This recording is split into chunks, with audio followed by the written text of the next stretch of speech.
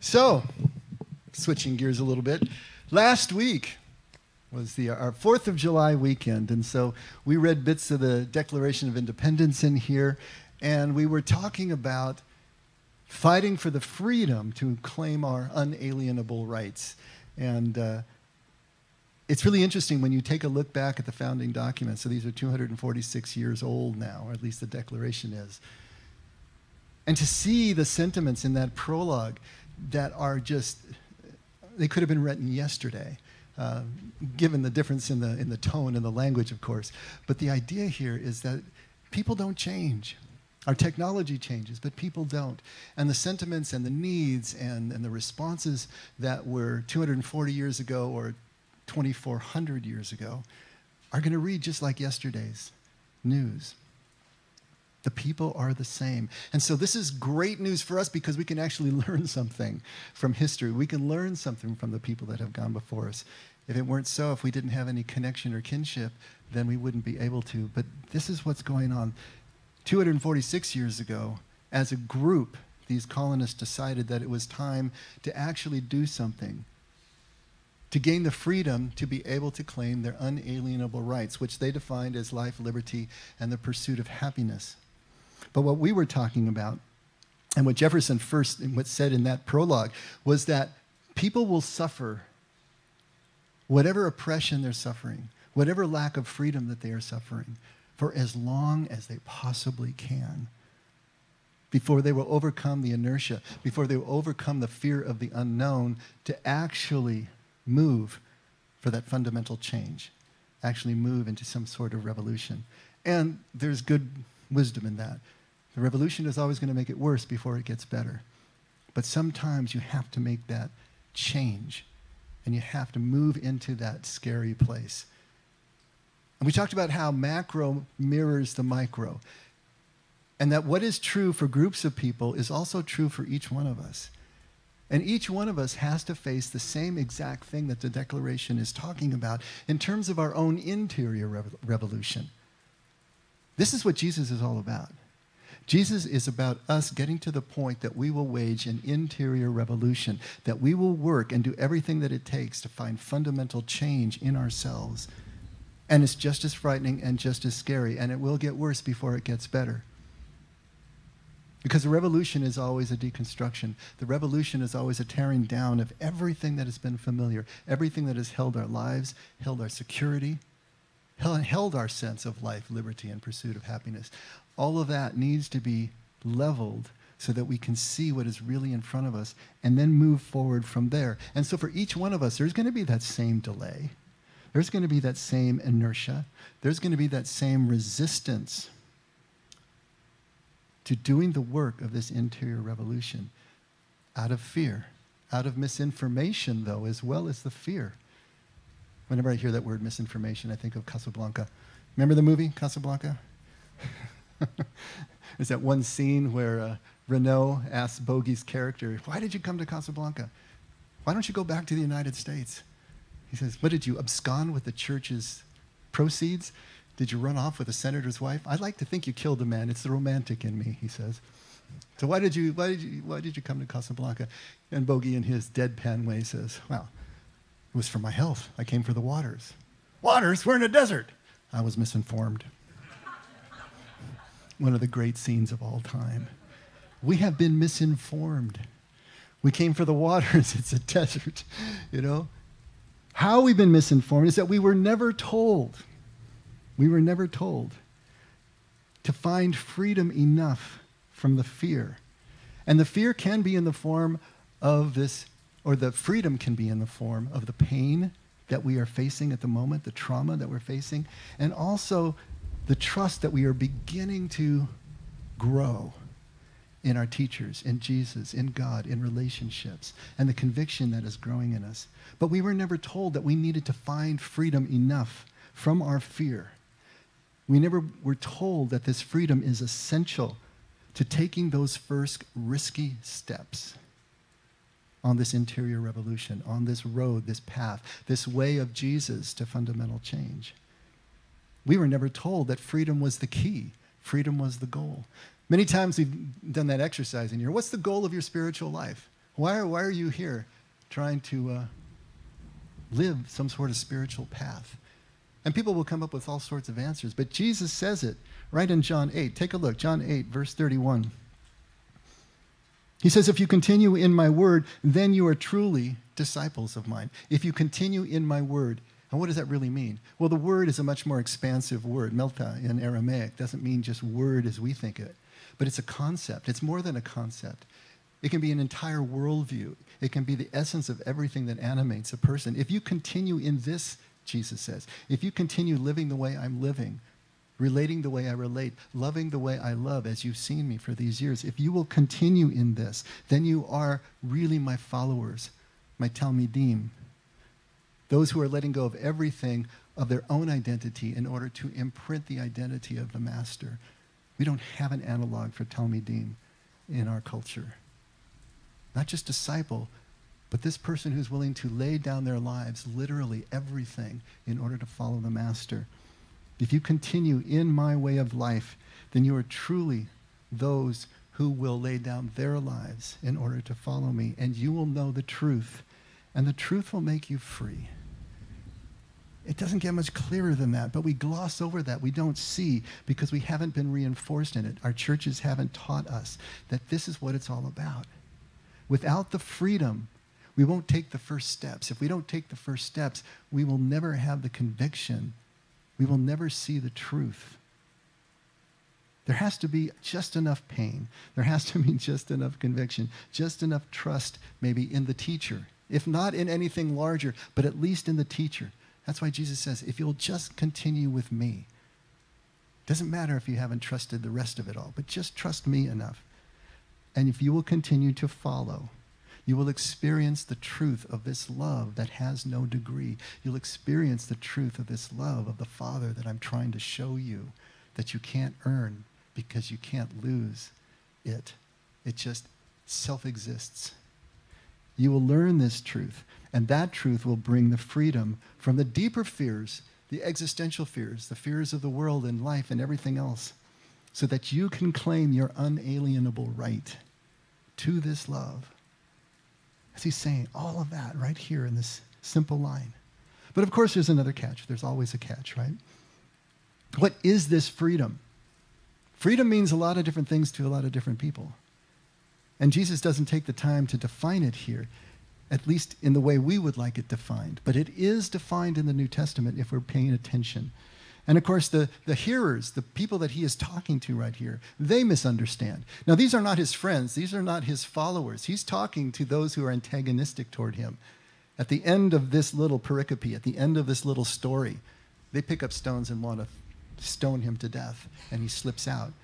But these people who are listening to him, at verse 33, they answer and they say, freedom, the truth will make you free. He says, we are Abraham's descendants and have never yet been enslaved by anyone.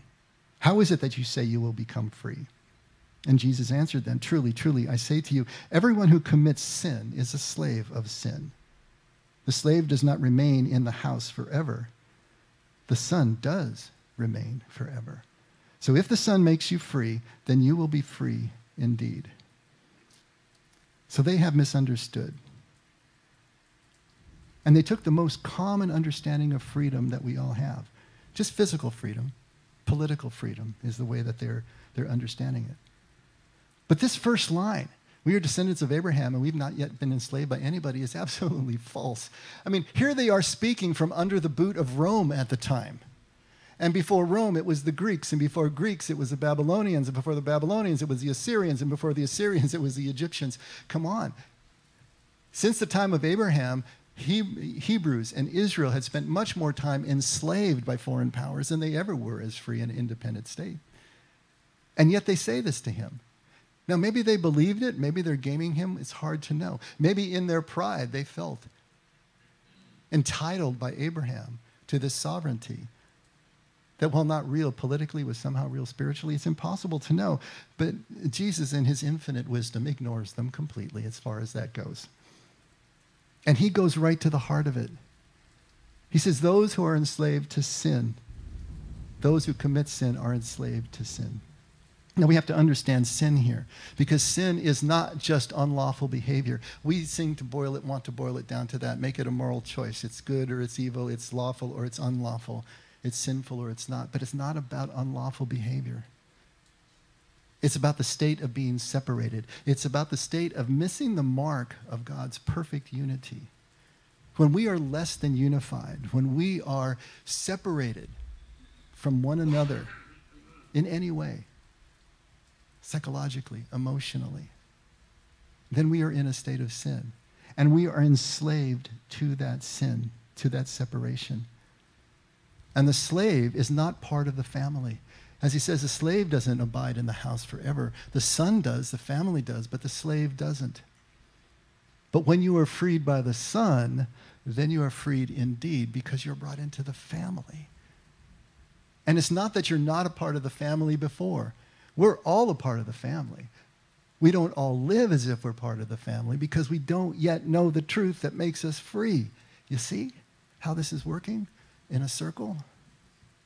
Jesus is trying to get us to take the first steps, to trust him enough to take the first steps that will end in the truth that will free us from the fear that only perfect love, our unalienable right, can cast off, can let go.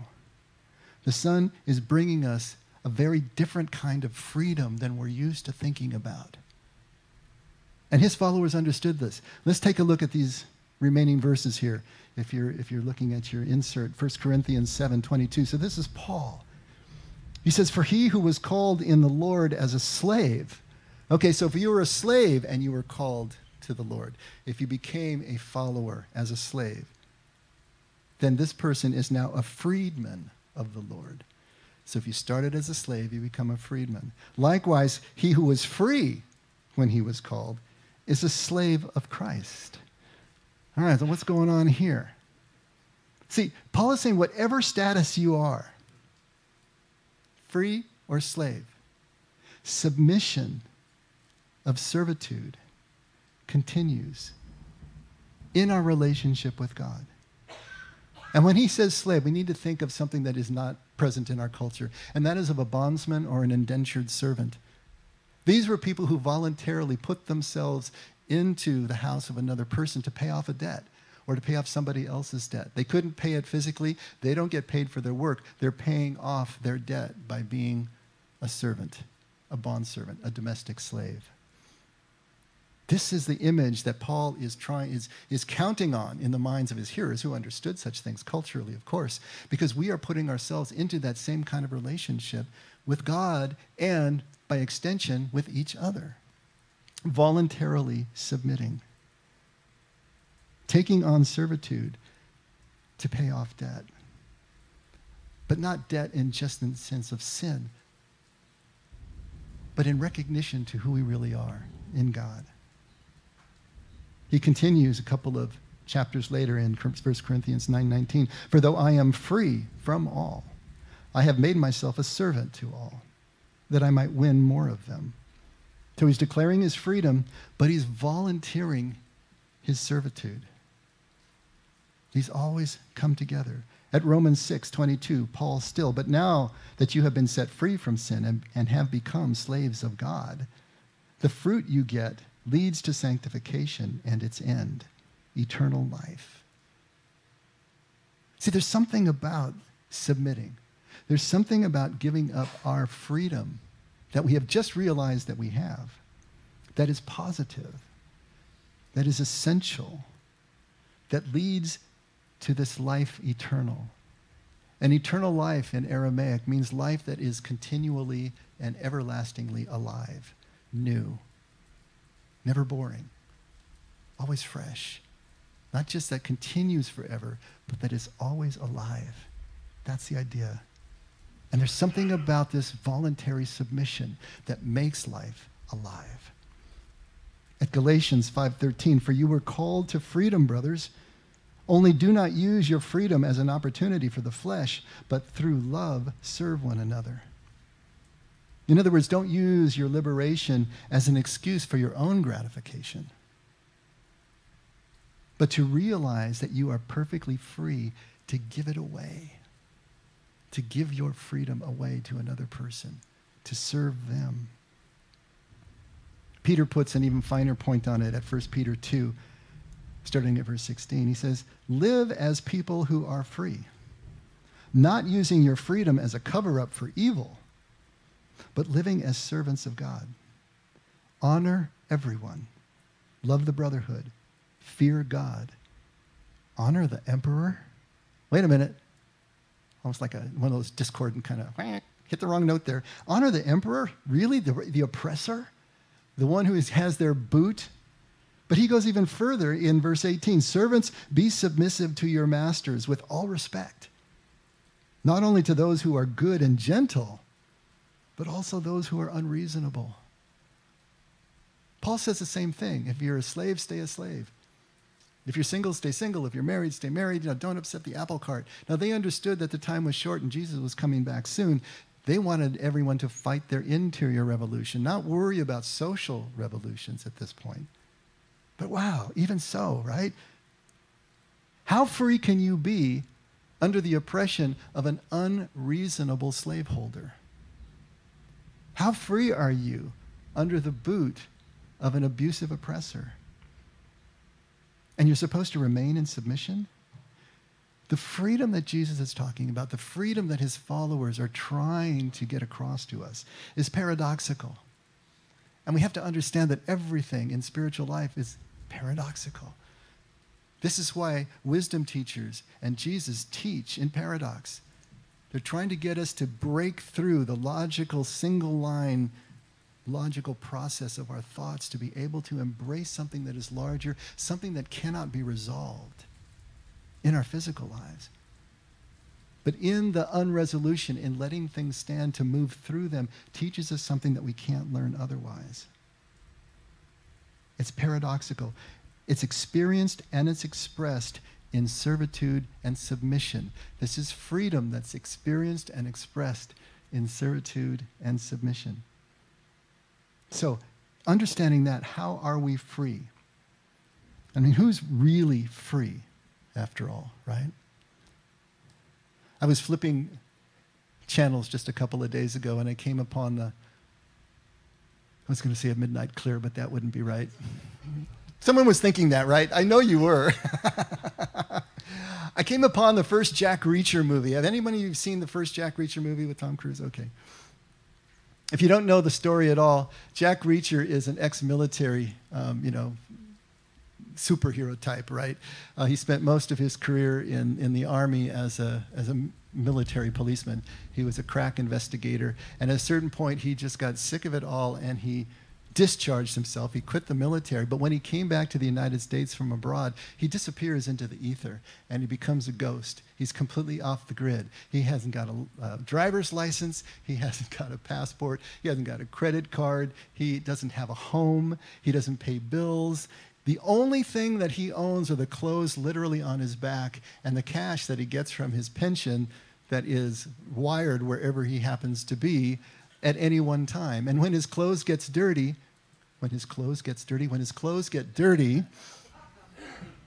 agreement of subject and verb, when the clothes get dirty, he just throws them out and buys new ones. He's got one set of clothes. This is how he lives. And of course, every town he goes in, he gets caught up in some crazy thing, and this is what the movies are all about. But here is this guy, right? And he is now involved in this murder mystery that's happening in the course of the movie, and the lawyer who is trying to defend the one who is the patsy and is accused of it. And she finally thinks he's got him all figured out. It makes perfect sense now. You can't handle the real world. You can't handle living life as it's presented. And so this is why you do what you do and why you live the way you live. And they're standing in her office, which is halfway up a high rise, and he says, he draws her come to the window. She doesn't want to come. He takes her by the arm and says, look out this window. And what she's looking into is the windows of the building across the street where you can see the offices and the people in the offices. And in those offices, it's kind of this sickly blue light, and it looks really icky, But at that point, and let me read what happens. Look out the window. Tell me what you see. She says, I see the same things I see every day.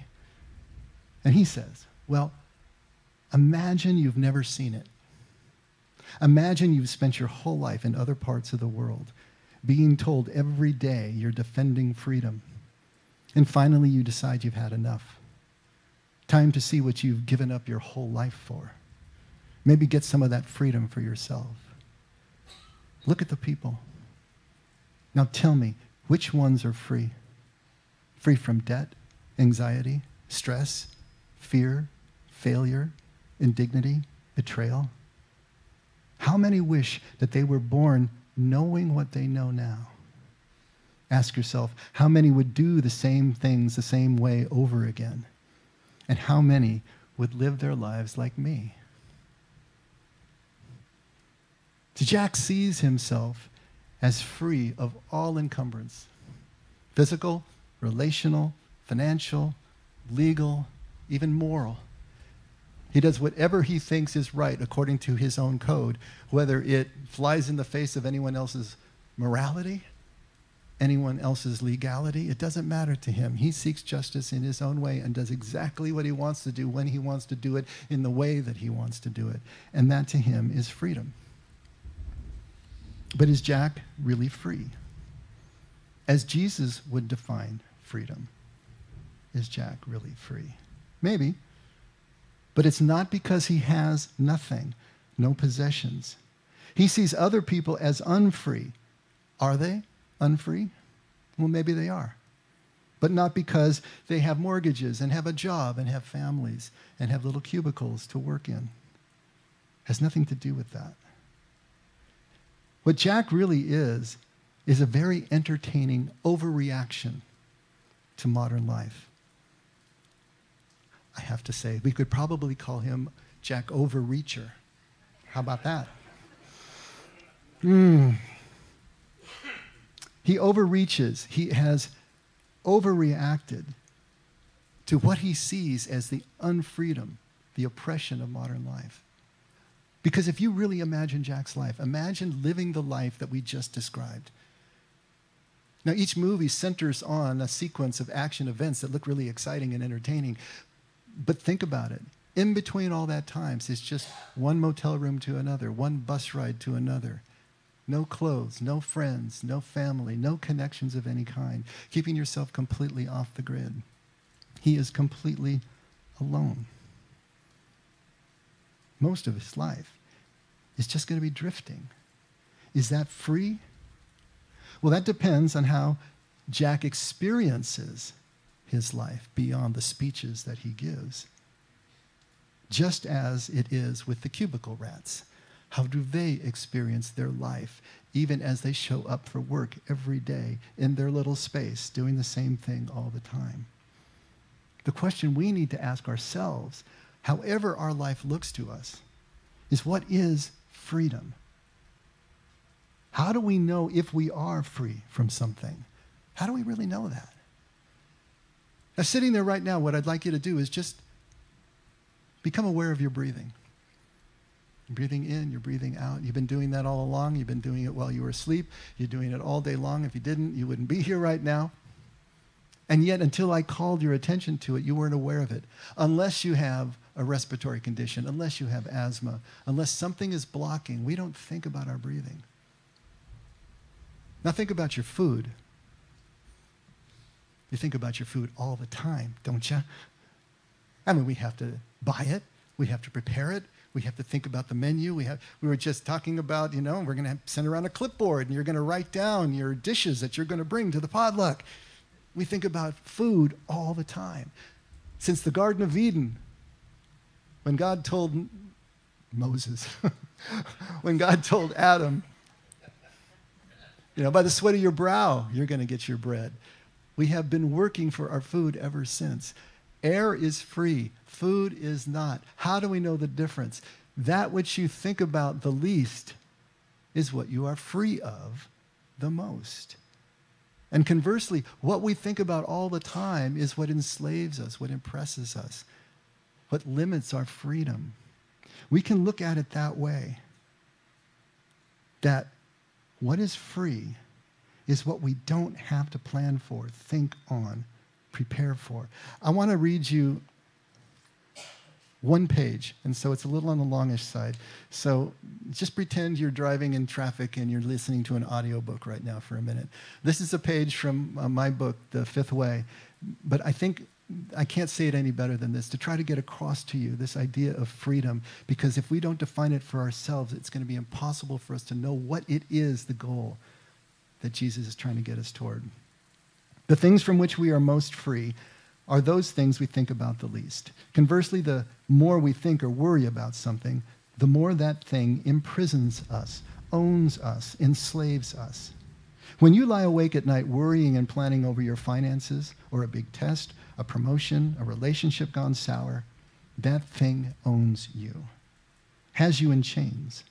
But when that thing is resolved to the point that you sleep through the night and go through your day without giving it a second thought, you are liberated, free, at least from that one thing. Yeshua said at Matthew 6:24, "No one can serve two masters, for either he will hate the one and love the other, or he will be devoted to one and despise the other. You cannot serve God and mammon." Now, sometimes mammon is translated as wealth or money, but mammon actually means much more than that. Mammon is the anglicized version of the Aramaic word Mamona, which was the name of a Mesopotamian goddess of wealth, which then became synonymous with the personification of greed and avarice, the piling up or accumulation of external things that eventually defines the person doing the accumulating. It seems that in the compulsive desire to possess, the possessor becomes possessed by the very objects of his or her desire, defined by them. Mamona is the opposite of freedom, because by definition, a person in the throes of a compulsive need is always thinking and planning and manipulating everything and everyone to get the things they desire. This is why Yeshua says it's easier for a camel to go through the eye of a needle than for a rich person to enter the kingdom. Kingdom is freedom personified. Mamona is greed personified. Greed is enslavement, imprisonment by the objects of desire. How does a slave enter freedom until and unless the chains are removed? What we think about the most is what defines us, possesses us, limits our freedom. Now, what do we think about the most? Money or lack of it, our jobs, our families, children, wives, husbands, a love relationship or lack of it, our hobbies, sports, church, religion, politics, charitable activities and causes, our next drink or fix or sexual encounter, God? Whatever it may be, these things possess us and limit our freedom. But is a loss of freedom always a bad thing? We Westerners automatically place our personal freedom as a highest good. But some of the items on this list I just mentioned are also very good things by which to be beholden. Are we really supposed to be completely free? Free from all law, all responsibility, all obligation. To be completely free is to be completely alone. If I gave my wife the same amount of thought and concern I give my breathing, I wouldn't have a wife. Any relationship that is given no conscious thought, planning, tending, budgeting, or allocation of time and resources would be indistinguishable from loneliness. Just as we voluntarily trade freedom for security by submitting to laws and taxes and other restrictions in society, so we also trade freedom for relationship by submitting to the responsibilities and obligations that love requires. Greater love has no one than this, that one lay down his life for his friends. Jesus said this at John 15. And though we immediately connect this image to his death on the cross, laying down our lives for our friends and neighbors carries even deeper and ongoing significance.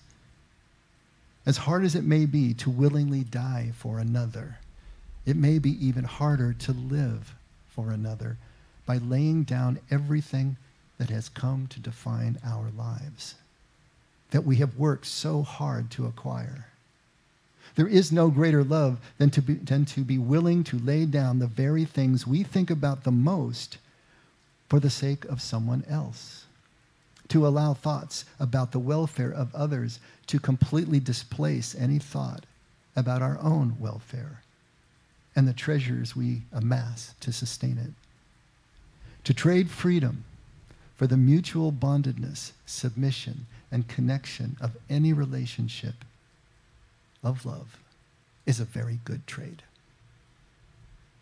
So if we want to be free, like Jack, we must be willing to strip everything away. This is Jesus' way, this way of descent, this way of dying to self so that others may live and live better because of us. But unlike Jack, we don't stay there. We don't stay in that place, possessionless, alone, for the sake of freedom. Not everything that limits our freedom is bad. Some things that limit our freedom are absolutely essential. And we need to know the difference. So how do we know the difference? How do we know freedom is really ours? How do you know that you have freedom? Now, with any possession, you know this possession is yours if you can give it away, free and clear, no strings attached. That's how you know something's yours. I can give you my car. It's all paid off. I can give it to you, and all I have to do is sign the paper, and it's yours. I can't give you Marion's car because it's leased. The bank still owns it. You know the difference? Now, don't go coming asking for my car afterwards, but you get the point that I'm making here. If I really own something, if I possess it free and clear, I can give it away just as easily. That's how we know we have something, in the process of giving it away. How do you know that you have power? When you can empower somebody else. How do you know that you have presence? When you say with your presence that this is the most important place you can be, and you give your presence away. How do you know that you have love? It's only in the flow of love out to somebody else that you know that you have it. And how do you know that you have life? When you give it away. This is what Jesus is trying to get across. This is the opposite way of looking at life. We want to amass things out of our fear and hold on to them. The truth of the matter is that we only know we possess something and that it doesn't possess us or limit our freedom when we let it flow outward to somebody else. How do we know we have freedom? When we voluntarily submit to someone else. That's freedom in action. To serve gratefully. And this is the paradox between freedom and submission. This is the paradox between Jack Reacher and the cubicle rat. We have to look at freedom in a different way, not in the ways that we normally do, externally, from the outside in our circumstances. The secret of life, if you will, is to be able to stop seeing either or all the time. To stop seeing freedom or slavery in our circumstances, but find that liminal space between the poles. That freedom is not being attached or identified with either our possessions or our lack of them, right? It's something entirely different. When we are not attached to the possessions, not that we have them, then we are free. And once we stop obsessively thinking about the things that we have or don't have, then we become free to be fully present to whatever is in our path. And once freedom from fear is coming from attachment, we can let that go as well. The freedom from fear that comes allows us to let go. Either defending what we have or don't have, or striving to acquire what we desire, then we can truly be of service. We can let our resources flow. A couple of quotes No one outside ourselves can rule us inwardly. When we know this, we become free. No one outside ourselves can rule us inwardly. When we know this, we can become free. Gautama Buddha. And from Nelson Mandela, for to be free is not merely to cast off one's chains, but to live in a way that respects and enhances the freedom of others. Freedom is something different than we typically look at. We are truly servants when we're truly present to those in our path. And we're truly present when we're not thinking of anything else, any agenda, other than who or what is right in front of us at the time. What we think of most limits our freedom most. Now, if our thoughts are not isolating or separating us or pulling us away, then there's nothing broke. Don't fix it. But I want you to think about this. What do you think about the most? What do you think about the most that always separates you and pulls you out of connection with each other in the moment that you're in? It's our thoughts themselves. We are constantly thinking about our thoughts. And that pulls us out of presence. It separates us. That's the sin that Jesus is talking about. The separation, the less than unity, because we're inside the egoic bubble. We're inside our own heads, constantly processing those thoughts. This is why Jesus says, don't judge. Our thoughts are judging by definition. That's the way our minds work. They're comparing, contrasting this and that, either or. And as long as we're doing that, we're not present to the moment that is right in front of us. This is why Jesus' way, the contemplative way, is to learn to step aside our thoughts, to learn to step aside our egoic consciousness, to learn to lay down our lives, lay down that consciousness, lay down that worldview and everything we think we know that keeps us separated from each other in the name of each other, in terms of learning what real presence is all about, in terms of actually experiencing the freedom of being outside that bubble so that we can be connected and inside someone else's bubble. Now, I don't know how this is falling on your ears. I was having this conversation with someone, and he says, wait a minute. I got to call BS here. Isn't it sad that people talk to pastors that way? Actually, it's great. More people should do it. If we all did that, from our earliest age, we'd be in a lot better shape right now, wouldn't we? Just go for it. I mean, what in the world are you talking about? So he's calling BS on me. And I'm not going to debate him in abstentia or anything like that. And I'm not saying or trying to imply that he's wrong because he's following his own path. And we're saying here all the time, if everybody's agreeing with me, then I'm the only one who's thinking. I mean, that's not the way that this should be. I'm going to tell you what I'm convinced of, and then you have to go find what you're convinced of. I don't expect us all to think alike, but I do expect us all to be able to love alike. And that's a very different proposition. So for him, this doesn't make any sense. But as I tell you what I'm convinced of, and I also am telling you what contemplatives have been convinced of that I have read over the millennia,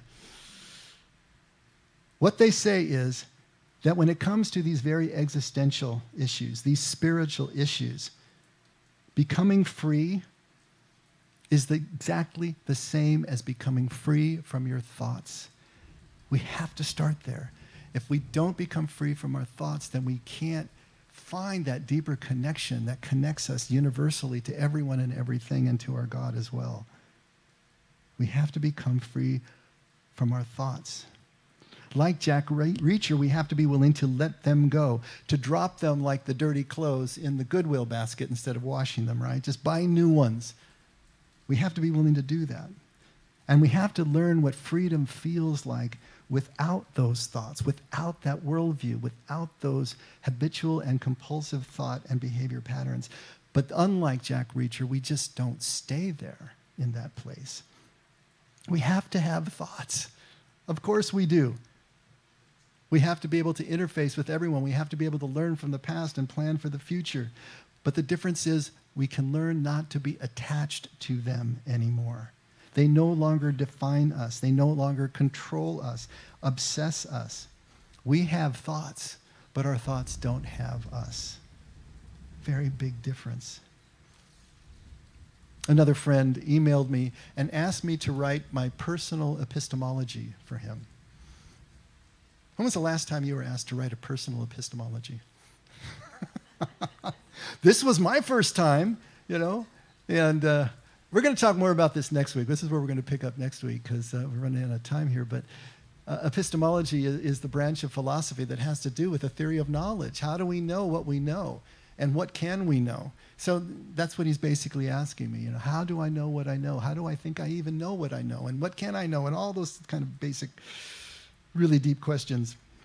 For now, though, the point that I want to try to get across is that thoughts and words cannot know what is beyond thoughts and words, what is beyond the physical rules of nature, what is beyond the finite mind and logic itself, reason.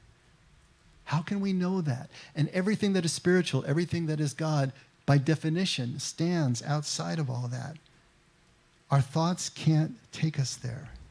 God, spirit, love exists beyond words, beyond conception, on the other side of the eye of the needle that Jesus is talking about, that the rich person cannot go through because the rich person is still attached to possessions, still attached to the thoughts that keep him or her from seeing what needs to be seen to actually get to that freedom.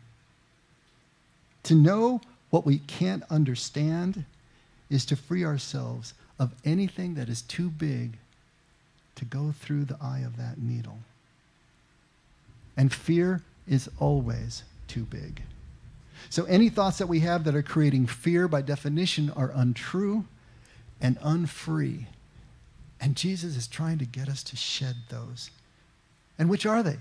Which are those thoughts that are untrue and unfree? Well, we can't know until we drop them all. It's like one of those allergy tests, right? You stop eating everything, and then you introduce it one by one back and see, you know, where you get the rash. Until we drop everything or are willing to let go of everything, as Jesus says, sell it all and give it away. Then come follow me. Then we can start to see which of our thoughts, which of our beliefs are part of our freedom and which are part of our fear. And then we can actually do something about it. This is Jesus' way to truth and life. This is Jesus' only way to the Father and to finding the feel of our freedom. Let's pray.